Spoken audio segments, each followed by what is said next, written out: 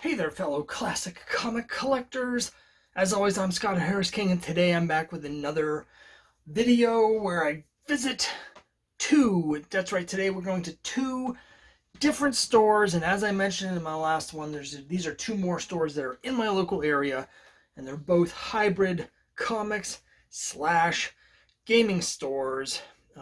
Last time I visited Excelsior Comics and Games in Maynard, Massachusetts. Today, in this video, we're going to be starting with Omar's Comics and Games in Lexington, Mass. And then we'll finish up with Legends Comix Games in Littleton, Mass. So, those are all within about 20 minutes of my house, so it's really cool. My wife and I and my friends were all big board gamers. We like the tabletop games. So it's really cool. All three of these have sort of different focuses, different styles. They're very different sort of stores. Last time we went to Excelsior, and that was mostly games, but they did have a couple dollar bins, and I was able to get some cool stuff out of that. Omar is the first place we're going to be going to. Let me just put it right up on the map now. Boom, here it is up on the map. And really cool thing about Omar's is that Omar, the owner, has Down syndrome. He's a huge fan of superheroes and games, and so his family helped him open this store. And now, as the owner of the store, he employs a lot of people that have either physical or developmental disabilities. And so it's just a really cool environment. We're gonna see here the store is it's slanted more towards games, but it has a lot more comics than Excelsior did, including a few rows of back issues, a few short boxes of back issues, as well as a few wall books. They're also about to be moving to a new site. So why don't we just start off? One last note before we get into the video is that, like with the last video, I had to re-record the voiceover audio for the inside the store because they were playing some music in the store, and if the YouTube algorithms hear the music, they're going to block the video. So because of that, I've redubbed all of the audio of my commentary as I go through the store. So let's just jump right to it. Here's Omar's Comics and Games in Lexington, Massachusetts. Here we are outside of Omar's, downtown Lexington. This is the outside. If you look here, there's a sign, you can just barely see it on the building next door. They're actually moving the store. So if you come after July, it'll probably be there. And right down there is Main Street in Lexington. It's right in the center of Lexington. So if you park anywhere in the center of Lexington, you can just walk down here and it's right there. Alright, so as you can see, coming through the front door, it's kind of just one big room. There's two spinner racks right by the door that are filled with all ages comics, which is great. And then there's another rack here with all the new books. As you can see down below, under the new books, there are $5 bin. But I didn't actually spend a lot of time going through the dollar bin because, as we'll see here, a lot of the books in the dollar bin have price stickers on them.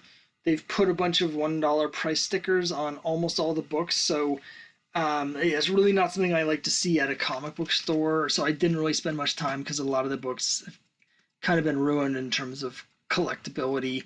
More back issues, but then they're premium back issues. These are the ones that are like above cover price, or the older books that are over here, and there's not a huge amount of them, but there's probably 9-10 short boxes.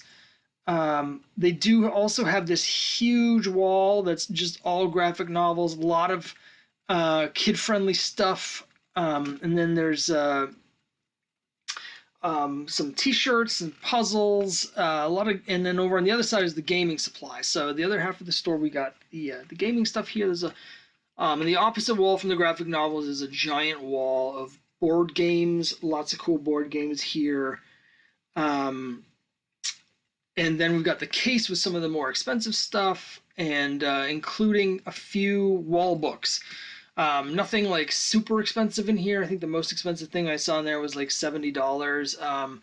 They also have their really expensive Magic the Gathering cards, and speaking of Magic, there's a big section of them right over here. Okay, so really cool store. I didn't buy very many comics. The prices were good for the comics that they did have. They didn't have a huge selection, but they had a couple things that were pretty cool. As I mentioned, the big downer for me, I love my dollar bin diving, and they did have a number of dollar bins. However, most of the comics in those dollar bins had $1 price tags that they had stuck on there. I think that's because there's a number of ones in there that were books that they had taken, their old stock, and when they took them off the new rack, they wanted to differentiate, so they didn't ring them up at full price. I understand that, but I don't like to see that at a comic book store. You expect that sort of thing from like a bookstore or something, but at a comic store, just putting the stickers on the comics is something that is disappointing. So I didn't really spend much time looking through the dollar bins, but I did get a couple things out of the regular bins. A couple books that have gotten really hot recently. I got a good deal on. So Marvel Comics Presents #1 with Wolverine.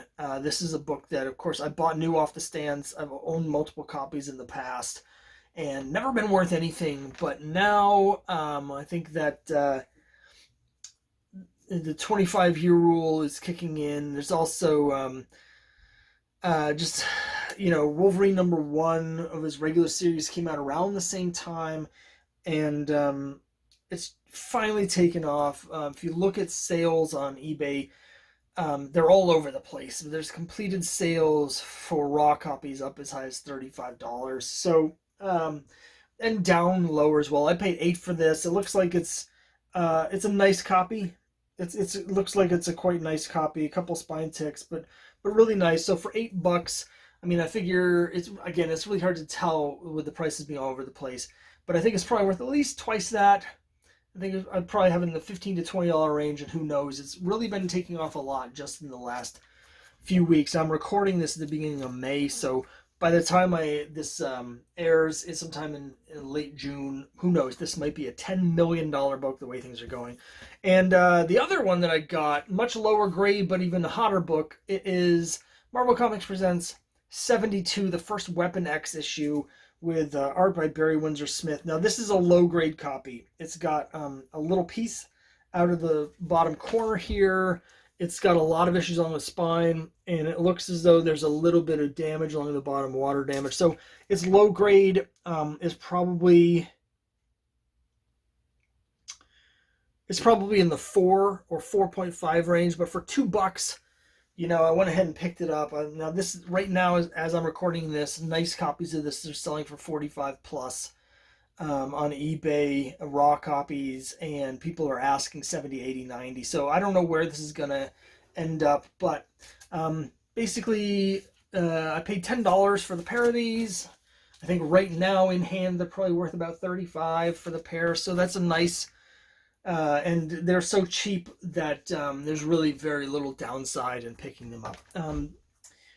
Now, of course, one of the reasons I'm going to the stores isn't just to show you guys the stores or find cool comics for myself, although I love doing both of those, but I also want to support the stores because there's a lot of stores that are in a lot of trouble because of the pandemic, and so I really wanted to buy more than just those two comics, so I bought another game.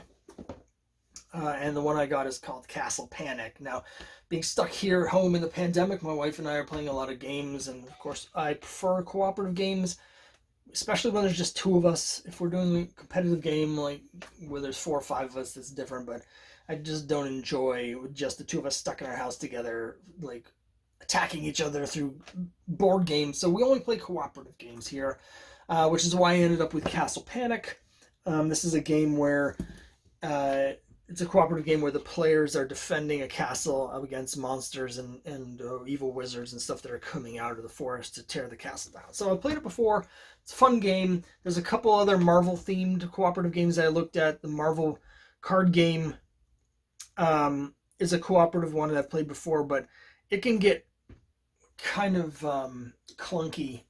Some of those games can really drag out. It can be fun, but it can also be a bit of a drag. So I decided, you know what, let's hold off on that and we'll just go with something a little bit simpler And so Castle Panic. So that's Omar's Comics and Games. I hope you enjoyed that. And now we're going to go ahead and switch over to part 2 of the video, where we go to Legends Comix and Games in Lexington, Mass. Let me put it up on the map right now.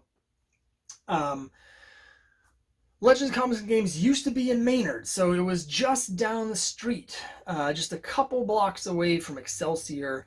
But they ended up moving to Littleton so that they could have a bigger space to game in, and I'm really curious to see how that's been going, because I have visited their store there since they moved.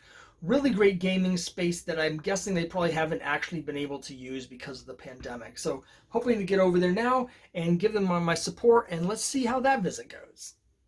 Okay, here we are, center of Littleton. There's the town square, and if we just turn around this way, right past the veterinary center on the corner of the block, it is Legends Comix and Games. So let's go inside and see what they have.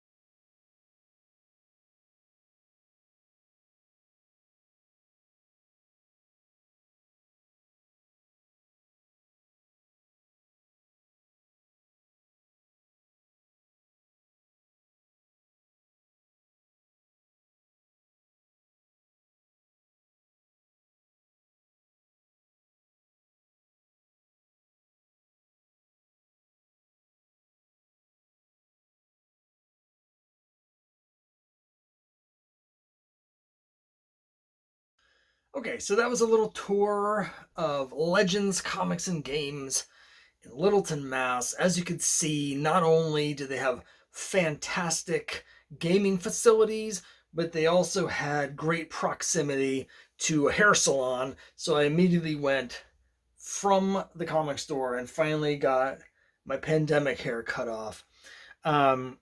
Great gaming facilities, really great selection of role-playing games in particular. They have a very nice selection of board games as well. Great place for gaming. As you can see, they had a fair number of comic books as well. Most of the comics that they had were newer comics. They did not have any dollar bins, so we won't be adding anything to the dollar bin kitty today. Because what they do instead is something interesting, where since they don't have very many back issues, most of their older issues are just sold at cover price. So in theory, you could get stuff really cheap. Now in practice, I didn't really find anything in the bins that was less than like $1.50 cover price. They just didn't have much older stuff. There were a couple books that I found that were actually priced above cover price, but even those were just a couple dollars each. The upshot was I didn't really buy very much there. I do have a couple of things to show. I wanted to support the store as best I could. I was kind of spent so much time going through the comic bins that I didn't really get to look at their games that much. So I got yet another set of dice. You can never have too many dice. I think I bought a set of dice at all 3 of the gaming stores I went to. So we got another set of dice. I actually got some supplies. I got some Golden Age bags. Something I never thought I would need, but I actually went through an entire one of these, and with some of the romance stuff, I've been finding myself really needing some Golden Age bags and not having them. So I was trying to think of stuff to buy while I was there, and I was like, you know what? I need some Golden Age bags. So got some Golden Age bags. Now I can bag up stuff. What happens with a lot of the romance I'm getting, a lot of them are already bagged, but they were bagged in like 1978, and the bags are just crusty and disgusting, and the tape is like slimy, and so I really want to put them in fresh new bags. A lot of times I have to throw the old bags out, and then I don't have any new bags to put them in, so that's taken care of now. I did buy a couple comics. I got one comic for my collection. It's a newer comic, but it's romance. It's called Twisted Romance from Image. It looks like it's an anthology. I prefer my romance to be sappy and romantic and not twisted. But I'm always curious to see what people are doing with the romance genre. So I bought this again. I wanted to support the store. I got two other things, both at cover price and both older books, as you can see. This one's not in great shape, but it's pretty nice. It's just dirty. It's a Deadpool 66. I think this is the first Deadpool that I've bought. The last issue of this original Deadpool run was 69. And this is a case where there's a lot of these long-running titles. People think of comics today, the comic collecting today, as being all about the keys and nobody collects runs. But there are still run collectors. And because of the lower and lower print runs, some of these long-running series, when they get towards the end, they have really low print runs. And so the last issues can be hard to find. Now, this issue on eBay is selling between $10 and $15, so it's not like I'm going to be able to retire on it. But again, it was cover price. It was $2.25, so I picked that up. And along the same lines, a book that is in nicer condition and definitely harder to find is What If? Number 114, the last issue of What If Volume 2. What If Secret Wars 25 years later. It has a bunch of next generation Avengers and stuff like that. And this is a book that is consistently selling on eBay for $20, $25. Yeah, there's some outliers that are a little bit lower. But this is actually a really nice copy. And again, it was cover price, which in this case was $2.50. So anytime you can get a book that for 1/10 of its current market value, pick it up. So I picked these up. Not sure about the Deadpool 66. Again, it's probably worth 5 times what I paid for it, but is it worth the hassle of trying to resell it for $10? Probably not. So that's going to go in my box of stuff, and maybe 10 years from now it'll be worth more. Those all I bought at the store, but a great gaming store, a cool place to look to. Again, their back issues are almost all cover price, and they have quite a lot of stuff from, say, the last 5 years. So like if you want to catch up on Action Comics, they have like from Action, like, I don't know, $9.50, and they have almost the whole run for cover price. So you can get those, get a lot of stuff there. But in terms of a gaming space, fantastic. Again, this is the last of the 3 hybrid gaming / comic book stores in my area that I wanted to sort of all do together. They all have cool gaming spaces with different pros and cons.